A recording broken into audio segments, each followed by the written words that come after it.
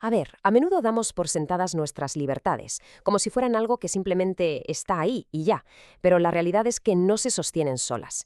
En este análisis vamos a meternos de lleno en uno de los temas más fascinantes y, francamente, más vitales de nuestro sistema legal, la arquitectura exacta que protege los derechos fundamentales bajo la Constitución española. Porque esto no es solo un trozo de papel, es una auténtica fortaleza escalonada, diseñada al milímetro para resistir cualquier abuso de poder.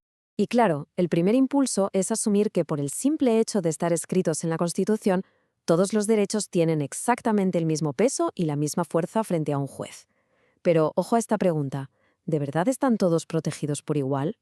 Pues sorprendentemente, la respuesta es un no rotundo. Como decíamos, la Constitución actúa como una fortaleza, y como en cualquier fortaleza hay diferentes niveles de seguridad.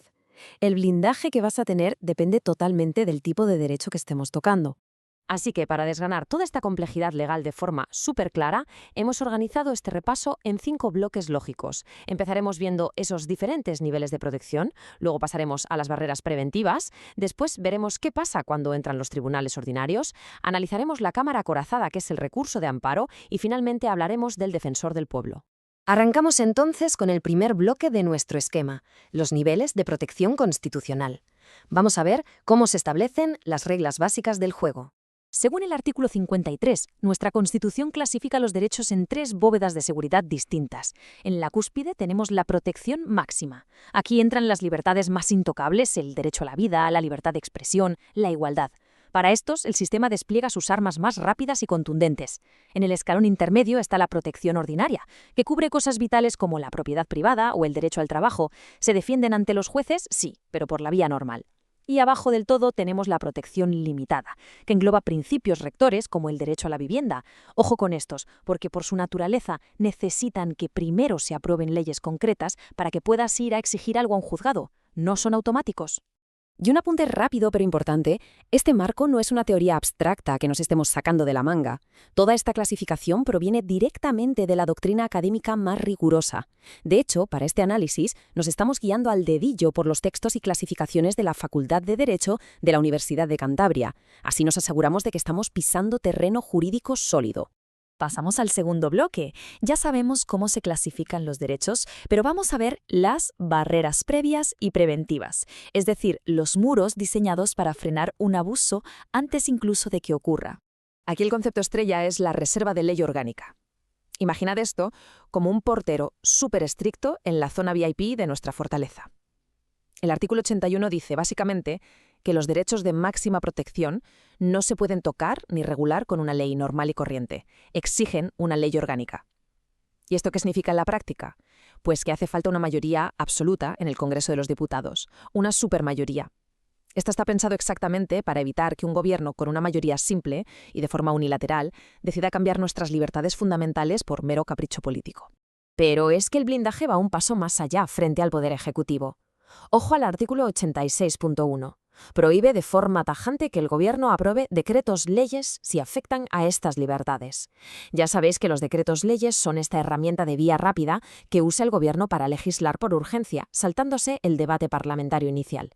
Pues bien, aquí la Constitución levanta un muro infranqueable, nada de atajos ejecutivos. Cuando hablamos de los derechos fundamentales de los ciudadanos, la decisión tiene que pasar sí o sí por la luz, los taquígrafos y el debate del Parlamento entero. Bien, pero seamos realistas. ¿Qué pasa si todas estas barreras preventivas fallan? ¿Qué ocurre si la Administración o un particular vulneran directamente uno de tus derechos? Entramos en el tercer bloque, los tribunales al rescate. Aquí es donde brilla el artículo 53.2, y para entenderlo, hagamos una comparación. Un juicio ordinario, normal, como todos sabemos, puede ser una odisea, meses, a veces años, lleno de trámites lentos. Pero claro, si te están violando un derecho de máxima protección, no puedes esperar. Por eso, la ley ha creado lo que se llama el procedimiento preferente y sumario. Es literalmente un carril de emergencia. Preferente significa que tu caso pasa por delante del resto de expedientes que tenga el juez en la mesa. Y sumario significa que los plazos se reducen al máximo. Para que os hagáis una idea de lo extremo que es este carril rápido, según su regulación en la jurisdicción contencioso-administrativa, este procedimiento está pensado para resolverse en apenas entre 45 y 60 días. Vamos, que para ser el sistema judicial español, esto es ir a la velocidad de la luz. Es una urgencia absoluta. Llegamos al cuarto bloque. Si después de ir por ese carril judicial súper rápido, el juez no te da la razón y tu derecho sigue vulnerado, toca llamar a la puerta de la máxima seguridad, el famoso recurso de amparo ante el Tribunal Constitucional. Ahora, hay que tener algo clarísimo. El recurso de amparo no es simplemente una apelación más porque te ha dado rabia una sentencia. No es una tercera instancia. Para que te dejen siquiera entrar, tienes que correr una maratón jurídica agotadora. Fijaos en los pasos. Primero, tienes que haber agotado todas, y repito, absolutamente todas, las vías previas en los juzgados ordinarios. Segundo, tienes que haber denunciado formalmente la vulneración de tu derecho desde el minuto 1 del juicio anterior. Y tercero, el más difícil todavía, tienes que demostrar que tu caso tiene trascendencia constitucional. ¿Y qué provoca esta enorme carrera de obstáculos? Pues un dato que pone los pelos de punta. Según los especialistas procesales de Jabaloyes Legal, más del 95% de los recursos de amparo que se presentan se rechazan directamente en la fase de admisión. Literalmente ni los miran a fondo. Es una herramienta tan exclusiva que solo un puñado pequeñísimo de casos logra franquear sus puertas. La gran culpa de este altísimo rechazo la tiene la reforma legal del año 2007. Esta reforma endureció las reglas del juego de forma brutal. Antes bastaba con demostrar que habías sufrido una injusticia, ahora ya no. Desde 2007 exigen la especial trascendencia constitucional. Es decir, tu problema no puede ser solo tu problema, tiene que importar a toda la sociedad, planteando un tema completamente nuevo que ayude a interpretar la Constitución o demostrando que los tribunales inferiores se están saltando la jurisprudencia a la torera. Si no sirve para sentar un precedente importante a nivel nacional, te quedas fuera. Y así llegamos a la quinta y última pieza de este puzzle. Hasta ahora solo hemos hablado de leyes y jueces con toga, pero la Constitución guarda una última carta, el defensor del pueblo. Y aquí hay que hacer un apunte histórico porque la figura es alucinante. Y literalmente tiene un pasado manchado de sangre. El abuelo de nuestro actual defensor del pueblo es el Justicia de Aragón, una institución creada en el siglo XII precisamente para frenar los abusos de los reyes y nobles contra los ciudadanos. Y se lo tomaban tan en serio que pagaban el precio máximo. En 1591, al Justicia don Juan de Lanuza le cortaron la cabeza por orden del rey Felipe II, por atreverse a defender la ley aragonesa frente al monarca absoluto. Una historia durísima que permaneció enterrada hasta que la recuperamos en la democracia. Hoy, el espíritu de aquel justicia vive en el artículo 54 de la Constitución, a través del defensor del pueblo. Es el vigilante supremo. Para asegurar que nadie lo controla, necesita el voto de 3/5 partes de las Cortes para ser elegido.